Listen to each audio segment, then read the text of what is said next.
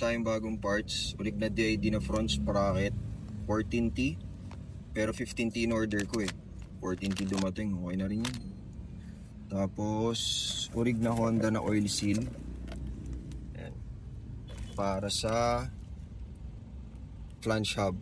Sa kabitan na sprocket. Tapos, urig din na Honda na brake panel. Pang wave.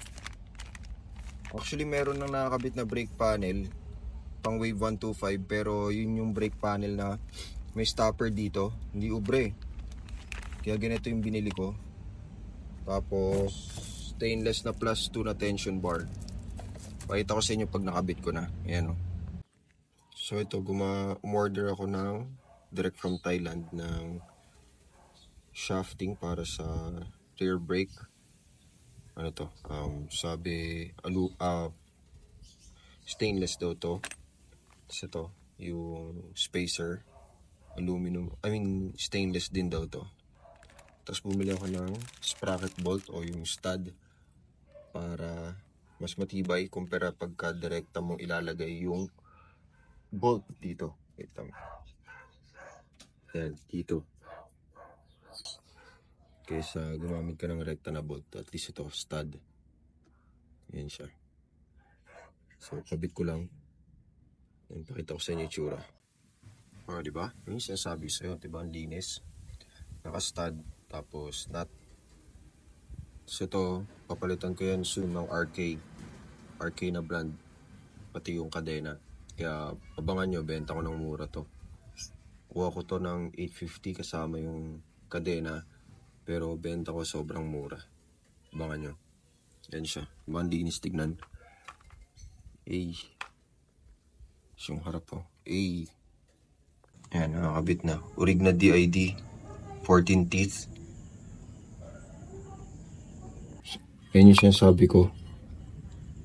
Ito yung nakuha ko. Kaso bitin. Kaya papalit ako ng ganito. Urig Honda. Pansin nyo difference pag urigo compare sa replacement. Ang layo. Ang layo ng itsura. So ito, nakabit ko na rin yung oil seal. Ayan, urig Honda. Linis tignan, diba? So, may spacer pa dun. Kabit ko lang.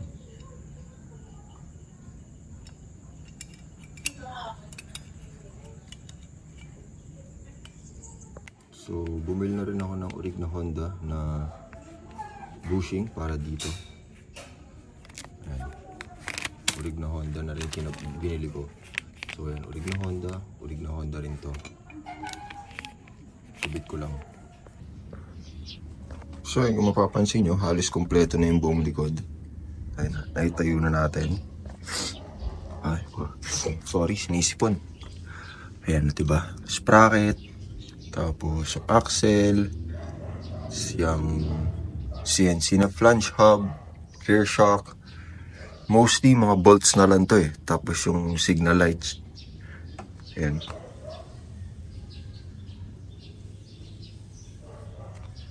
Baba.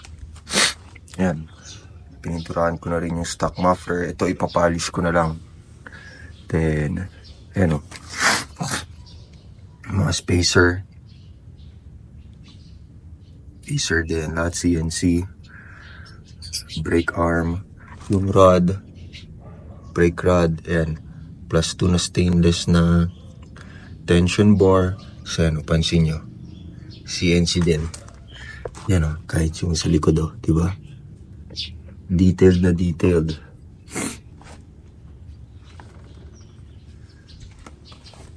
Yan.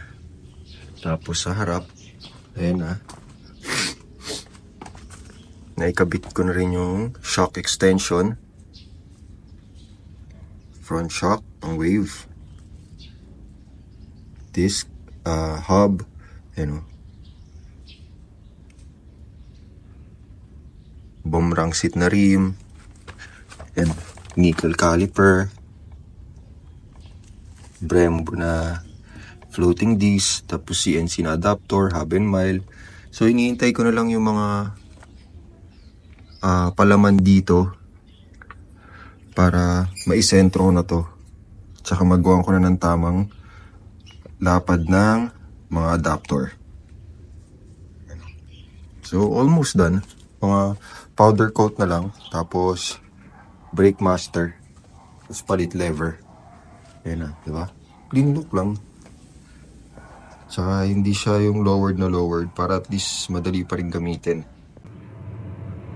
Ayan, ito yung mga 4 powder coating. Papadala natin to kay Defi.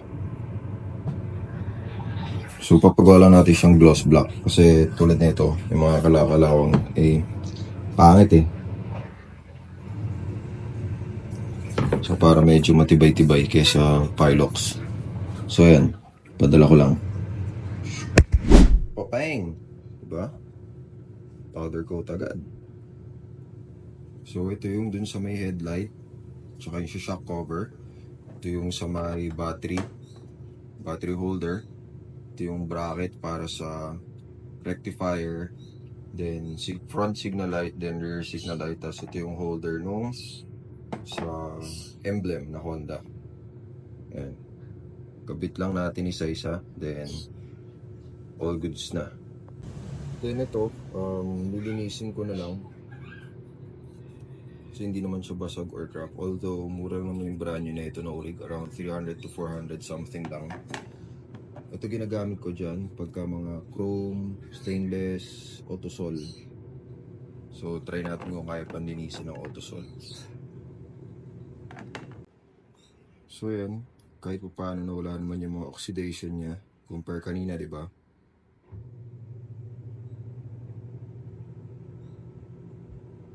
So ready for install na siya dito. So ayan na, naikabit na. Diba, ang linis lang tignan. Tapos CNC na bolts. Ito yung sa likod. Diba? Ito papalitan ko pa ito ng CNC na nut. Ayan o. Linis. So, konting-konti na lang. Almost yung mga pangharap na lang ang tatapusin. Then, pwede na ito itayo. Actually, nakatayo na. Pwede na ulit gamitin pala. Ayan, diba? Ito, lilinisin ko pang dumi. Pero, ayun o. Diba? Linis. Ito, lilinisin ko pa yan. Pero, ayan. Nakabit na.